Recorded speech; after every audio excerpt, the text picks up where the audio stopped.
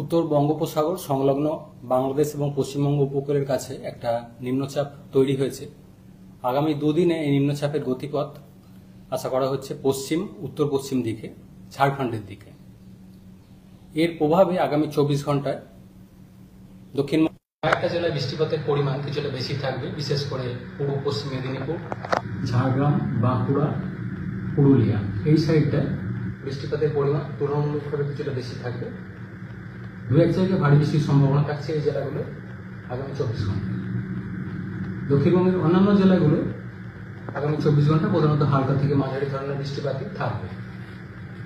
পরবর্তী 4-5 দিনে তারপর প্রধানত হালকা থেকে মাঝারি ধরনের বৃষ্টি কন্টিনিউ করবে দক্ষিণবঙ্গের জেলাগুলিতে। মৎস্যজীবীদের জন্য সতর্কতা থাকছে আগামী 24 ঘন্টায়। সমুদ্রে দমকা হাওয়া থাকার কারণে সমুদ্রে যেতে নিষেধ করা হচ্ছে মৎস্যজীবীদের আগামী 24 ঘন্টা। কলকাতা পার্শ্ববর্তী অঞ্চলে আগামী 4-5 দিন প্রধানত হালকা থেকে মাঝারি ধরনের বৃষ্টি থাকবে। সর্বোচ্চ তাপমাত্রা মোটামুটি 32 থেকে 33 ডিগ্রি কাছাকাছি, সর্বনিম্ন 27 ডিগ্রি কাছাকাছি। উত্তরবঙ্গের জন্য প্রধানত হালকা থেকে মাঝারি ধরনের বৃষ্টি উত্তরবঙ্গের জেলাতে আগামী 4-5 দিন থাকার সম্ভাবনা রয়েছে।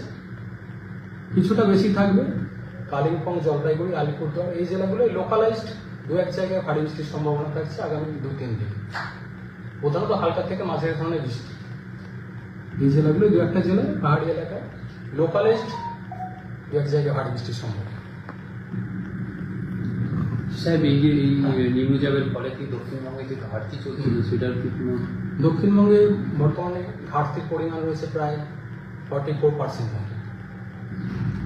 তো যে বৃষ্টিপাতের কথা বলা হয়েছে এটা মেনলি 24 তারিখে দু একটা জেলায় ভারী বৃষ্টির সম্ভাবনা রয়েছে। এছাড়া প্রধানত হালকা থেকে মাঝারি ধরনের বৃষ্টি দক্ষিণবঙ্গের জেলাগুলিতে। ফলে ঘাটতি খুব বেশি যে কমবে সেটা না, কিছুটা সামান্য হয়তো ঘাটতির পরিমাণ কমবে।